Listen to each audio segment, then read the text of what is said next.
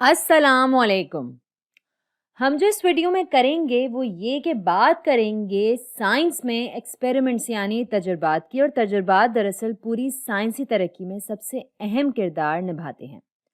अगर आप सोचें, कह लें कि ये चीज़ नुमाइंदगी करती है बुनियादी इल्म की, और पूरी दुनिया में लोगों को अंदाज़ा लगाने का भी बहुत शौक होता है, और काफ़ी लोग ऐसी बातें करते हैं कि मुझे लगता है कि ये चीज़ तुम्हारे लिए बहुत अच्छी साबित होगी, या फिर ये चीज़ बहुत अच्छी होगी। लेकिन इनके पास कोई तरीका नहीं था ये मालूम करने का कि इनकी पुरएतमादी किस चीज़ पर बेस्ड है, या इसकी बुनियाद किस चीज़ पे है। इनके पास कोई अच्छा तरीका नहीं था इसको साबित करने का, और चूंकि ऐसा था, इनके लिए मुश्किल होता था इस इल्म के ऊपर कोई बात करना। लेकिन साइंसी तरीक़ों और तजुर्बों के बाद लोगों में ये कहने की काबिलियत आ गई थी कि हमारे पास एक हाइपोथेसिस है, और हम कुछ अच्छी तरह से डिज़ाइंड तजुर्बात कर पाए थे, और हमें काफ़ी यकीन है अपनी बात पर कि ये हम ठीक कह रहे हैं। और फिर मुस्तकबिल के लोग कह पाएंगे कि चूंकि हमें लगता है कि ये वाली बात बिल्कुल ठीक है और सच है, शायद हम कोई ऐसा एक्सपेरिमेंट डिज़ाइन कर पाएँ जिससे ये पता चले कि ये वाली बात भी सच है, और शायद वो सच भी निकले, और फिर वो इसके ऊपर कुछ और भी बात कर सकें, और इस तरह हम साइंसी तरक्की या साइंटिफिक प्रोग्रेस कर बैठते हैं, और ये हज़ारों सालों में जमा हो सकती है।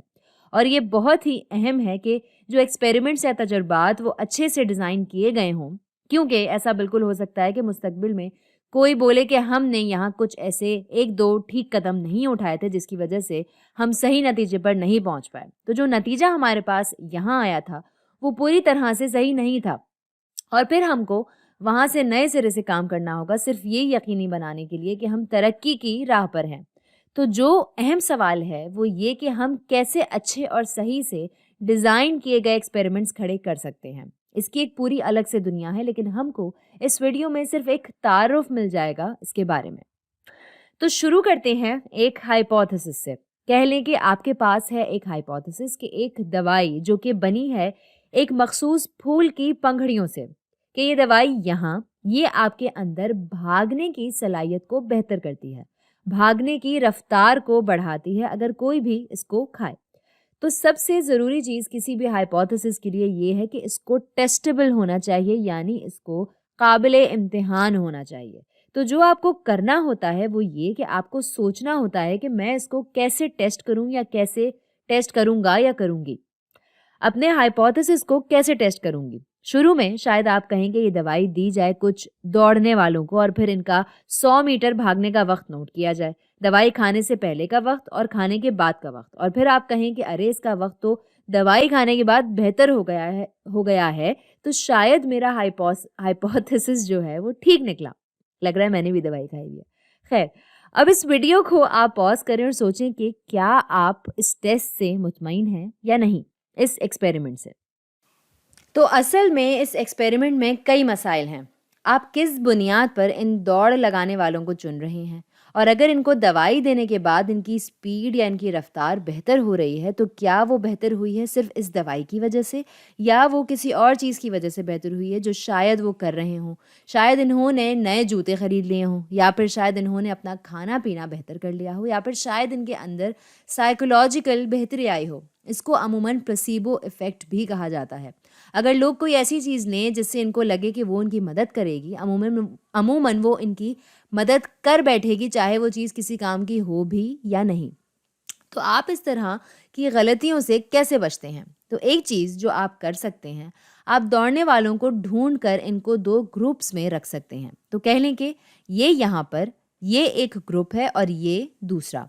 और एक चीज़ जो अब आप करना चाहेंगे वो ये कि आप लोगों की आबादी में जाना चाहेंगे, और आप रैंडमली मुंतखब करना चाहेंगे कि कौन-सा आदमी इस ग्रुप में जाएगा और कौन-सा आदमी इस वाले ग्रुप में जाएगा। और ये रैंडम क्यों होगा? क्योंकि अगर आप रैंडमली मुंतखब नहीं करेंगे तो ये मुमकिन है कि किसी तरह का ताज्जुब आ जाए इसमें, और आप ऐसे लोगों को सिलेक्ट कर लें जिनकी दौड़ लगाने की रफ्तार ऊपर की तरफ जा रही हो, और वो पहले से ही बेहतर हों इस काम में, और वो किसी तरह से सब इस ग्रुप में चले जाएं जिनको आखिर में दवाई मिलेगी।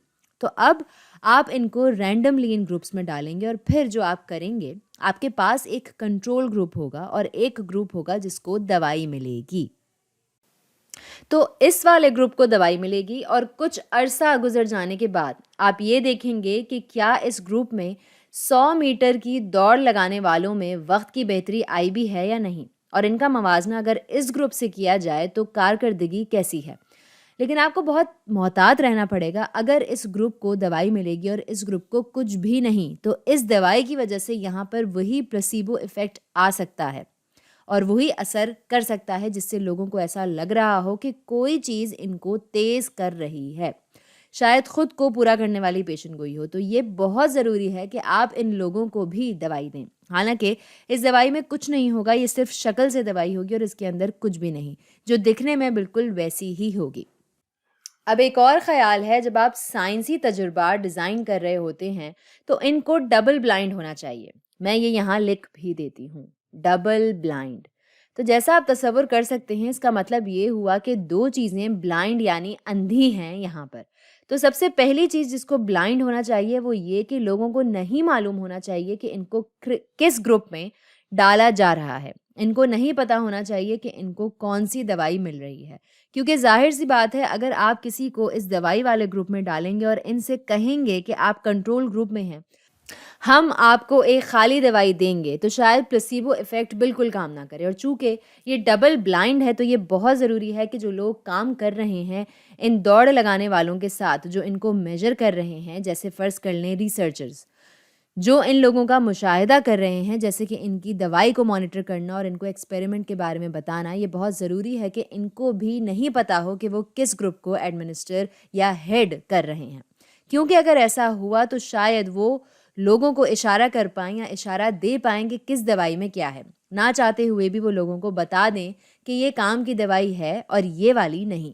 तो कह लें कि हम ये सब चीज़ें करते हैं और एक अच्छे डिज़ाइन किए गए एक्सपेरिमेंट की तरफ बढ़ रहे हैं।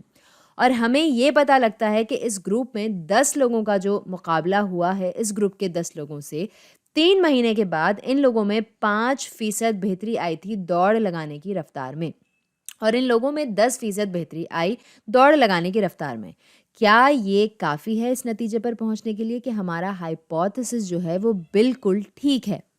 तो दिखने में तो ऐसा लग रहा है, लेकिन ये वो जगह है जहाँ स्टैटिस्टिक्स काम आती हैं, क्योंकि ये बिल्कुल मुमकिन है कि आप बस इत्तेफाक से लकी साबित हुए या खुशकिस्मत साबित हुए। इत्तेफाक से आपने ऐसे लोगों को सिलेक्ट किया इस ग्रुप के लिए जो वक्त के साथ खुद से बेहतर होंगे और दवाई का इन पे कोई असर नहीं पड़ेगा। तो बुनियादी तौर पर जो आप करेंगे वो ये कि आप फ़र्ज़ कर लेंगे कि आपकी दवाई ने कुछ नहीं किया। तो क्या इम्कान है ये नतीजा आने का 10 लोगों के लिए, या क्या इम्कानात हैं नतीजे में इस तरह के फ़र्क आने की? और अगर ये इम्कानात बहुत कम हैं तो शायद आप कह सकें कि हाँ, हमारी दवाई में वाकई कुछ असर है और ये काम कर रही है। अब इस तरह के तजुर्बात का एक और अहम उसूल ये है कि इसको रेप्लिकेबल होना चाहिए, यानी इसको काबिल नकल होना चाहिए, क्योंकि आपको शायद लगे कि आपने अच्छा काम किया है यहाँ। लोगों को शायद आप पर पूरी तरह से भरोसा ना हो, और ये ज़रूरी है साइंस में कि लोग शक्की हों। जब लोग एक्सपेरिमेंट्स करते हैं वो चाहते हैं कि वो किसी ना किसी किस्म के नताइज पे या ठोस रिजल्ट पे पहुंचे, और फिर वो तासुब इनके अंदर पैदा हो सकता है। और अगर कोई और फिर एक्सपेरिमेंट करे, आपको पूछना चाहिए कि ये एक्सपेरिमेंट कैसे किया गया, ताकि दूसरे लोग जायज़ा ले सकें कि क्या इनके भी वही नताइज आते हैं या नहीं। क्योंकि आपको शायद लगे कि आपने रैंडमली सिलेक्ट किया है, आप शायद किसी एक मखसूस मुल्क से लोगों को सिलेक्ट करें, या इस जगह के मौसम के हाल कुछ अलग से हों, या कोई और चीज़। और फिर हो सकता है कि ये लोग इसको किसी मुख्तलिफ तरीके से करें जहाँ लोग और हालात जो हैं इससे कुछ मुख्तलिफ हों, जिसकी बुनियाद पर वो ये कह सकें कि इस नतीजे पर आने की वजह कुछ और थी। एक और चीज़ जिसका ख़्याल रखना चाहिए वो ये कि जितना बड़ा सैंपल आप यहाँ लें लोगों का, स्टैटिस्टिक्स उतने ही बेहतर साबित होंगे। और मैं इसको बड़ा नहीं कहूँगी, बल्कि ज़्यादा डाइवर्स होना चाहिए, जहाँ तक जेंडर की बात है या जिन्स की बात है, जहाँ जोग्राफी की बात है, जहाँ नस्लों की बात है। तो जो अहम ख्याल यहाँ पर है वो ये कि सारी साइंसी तरक्की इस बात की बुनियाद पर होती है कि एक्सपेरिमेंट्स या तजर्बात कितने अच्छे से डिज़ाइन किए गए हैं और इनको कितना अच्छे तरीके से प्लान किया गया है। तो आज के लिए इतना ही।